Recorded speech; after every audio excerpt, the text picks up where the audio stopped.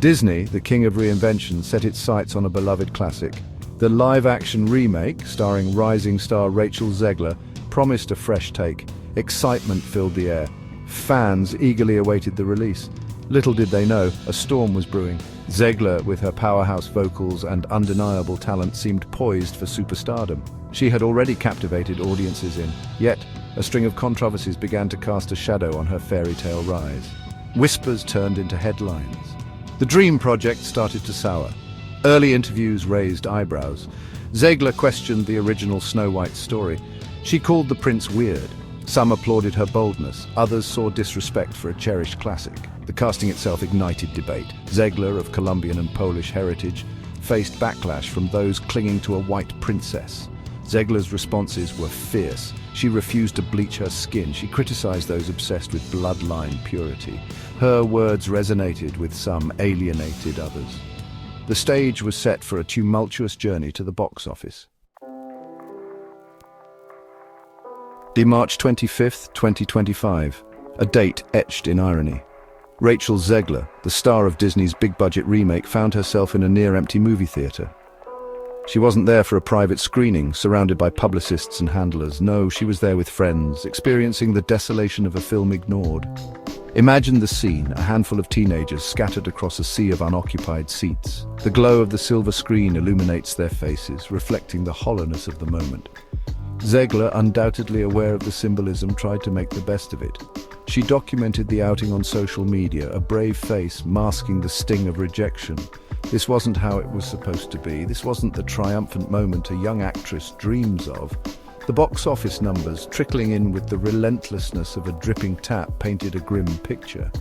Once poised to be a blockbuster, was floundering. The princess was in peril, and this time no charming prince could save her. The numbers were stark, unavoidable. Despite its lavish budget, and Disney magic had stumbled. The opening weekend, usually a victory lap for a film of this scale, was a disaster. A paltry $43 million trickled in, a pittance compared to the $270 million production cost. Social media, that digital coliseum of public opinion, erupted. The hashtag #SnowWhiteFlop trended with cruel efficiency. Memes mocking the film's performance spread like wildfire. Images of desolate cinemas juxtaposed with Zegler's earlier boasts about audiences flocking to her films added insult to injury. Industry analysts, never ones to mince words, declared it a flop. The blame game began. Some pointed fingers at the oversaturation of live-action remakes. Others cited a general fatigue with Disney's formulaic approach. But amidst the noise, one name echoed louder than the rest: Rachel Zegler. Zegler's pre-release comments about the original hadn't gone unnoticed. Her dismissal of the prince as creepy and the plot as outdated rubbed some the wrong way. It was one thing to offer a fresh perspective, another to seemingly disparage a beloved classic. Then came the political statements. Zeggler, never one to shy away from expressing her views, had waded into the political fray. Her social media became a battleground. "May Trump supporters never know peace," she declared in one fiery tweet. Other pronouncements like FK Donald Trump and Free Palestine further inflamed tensions. Disney, known for its carefully cultivated family-friendly image, found itself in an uncomfortable spotlight. The Mouse House, accustomed to controlling the narrative, was now grappling with a star who refused to be silenced. The public, already divided on Zegler's casting, seemed further polarized by her outspokenness.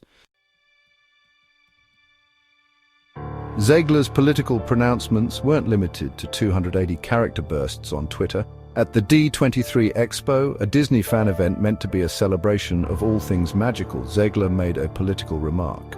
While on stage, promoting, she veered off script, voicing support for a cause that, while noble, seemed out of place in that setting. The internet, never one to miss an opportunity for outrage, exploded. Zegler's supporters applauded her bravery, her willingness to use her platform to speak truth to power. Her detractors accused her of hijacking a family-friendly event to push her agenda. The incident became a Rorschach test, revealing the deep divisions in how celebrities are expected to use their platforms. Disney, caught in the crossfire, seemed unsure how to respond.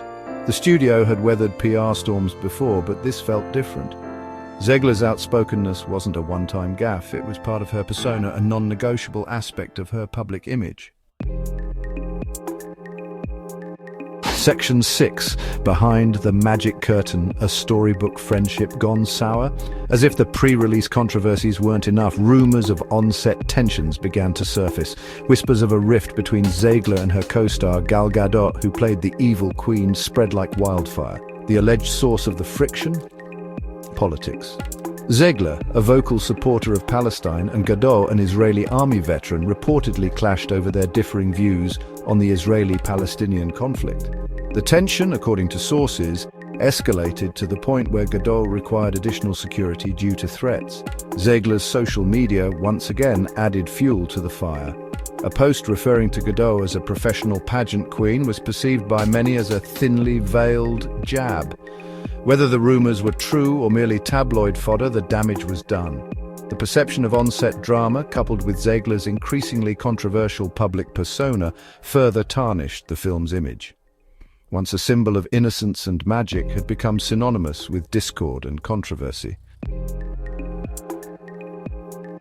Section 7. Damage control. Disney's fumbled response. Disney, faced with mounting pressure and dwindling box office returns, scrambled to salvage the situation. They scaled down the premiere, opting for a low-key event at the El Capitan Theatre.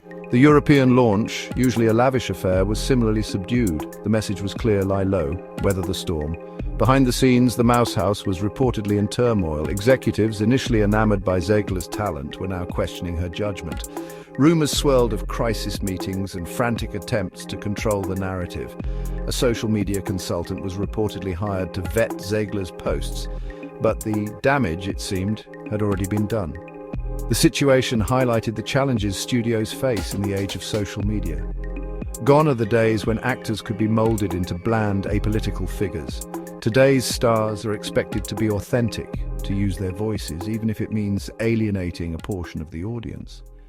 Disney, it seemed, had misjudged the public's appetite for a princess who refused to stay silent. Section 8. A career in peril. The price of outspokenness in Hollywood. The fallout from a dismal performance was swift and brutal. Industry insiders whispered about Zeggler being difficult, a label often attached to outspoken women in Hollywood. Casting directors, once eager to court the rising star, seemed hesitant. The phone, once ringing off the hook, was noticeably quieter. Zeggler, for her part, remained defiant. She continued to speak her mind on social media, albeit with a newfound awareness of the potential consequences. The experience, while undoubtedly bruising, seemed to have hardened her resolve. She was no longer the wide-eyed ingenue who had burst onto the scene with. She was battle-tested, aware of the price of fame and the fickle nature of Hollywood. The question remained, could she recover? Hollywood has a long history of forgiving its prodigal sons, but women, especially those who dare to challenge the status quo, often face a steeper climb back to grace. Zeggler's talent was undeniable, but would it be enough to overcome the baggage she now carried?